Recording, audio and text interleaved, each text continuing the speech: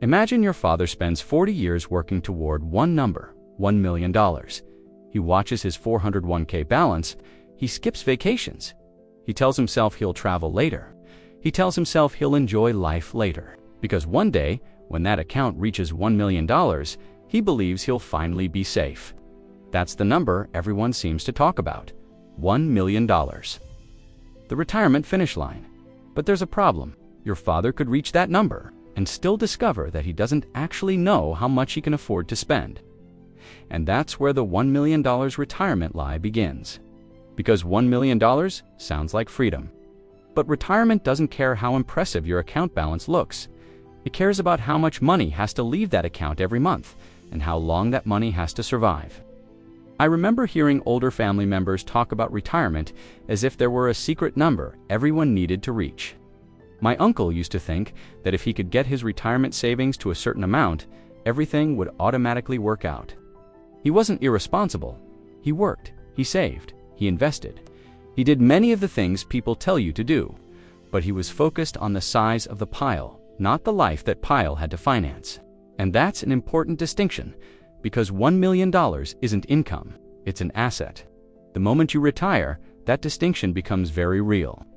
If you had $1 million invested and withdrew 4% during your first year, that's about $40,000 before taxes, assuming that withdrawal approach works for your situation.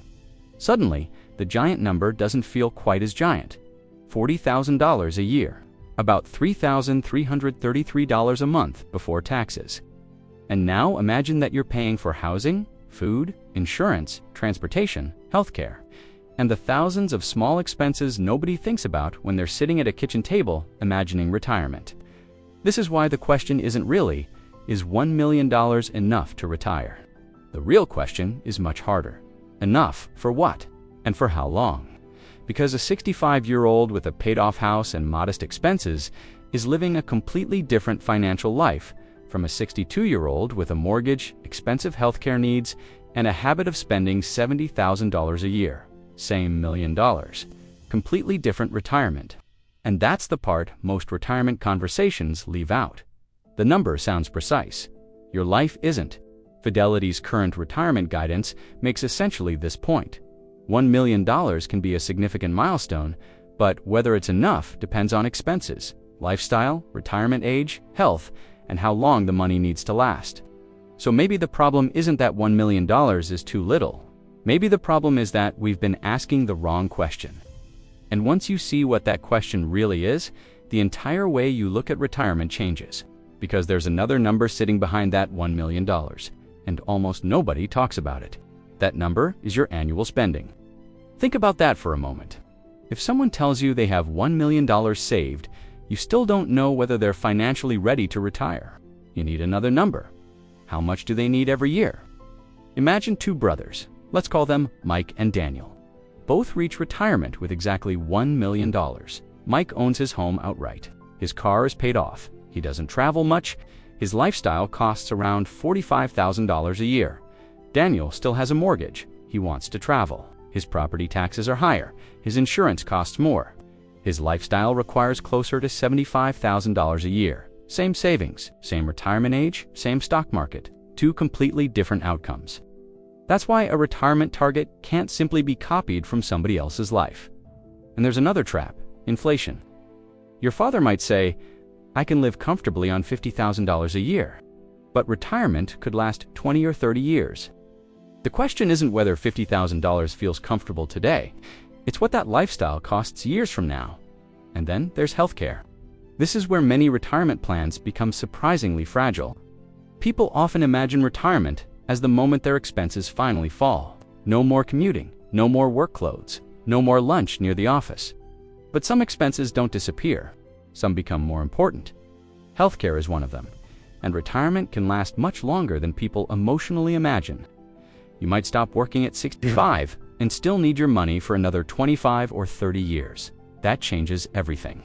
Now imagine my grandfather's generation. They could think about retirement differently because pensions were more common for many workers. A paycheck could continue after the paycheck from work stopped. Today, Many Americans have to build much more of that retirement income themselves through accounts such as 401ks and IRAs. That changes the psychology. You're no longer simply saving for retirement. You're trying to turn a pile of investments into a paycheck that might need to last decades. And that's much harder, because the market doesn't retire when you do. Imagine you retire with your $1 million. You take your first withdrawal, then the market falls sharply. Your account falls, but your bills don't. The grocery store doesn't lower your bill because the stock market dropped. Your property tax doesn't disappear. Your insurance company doesn't say, "The market was rough this year, so we'll give you a break."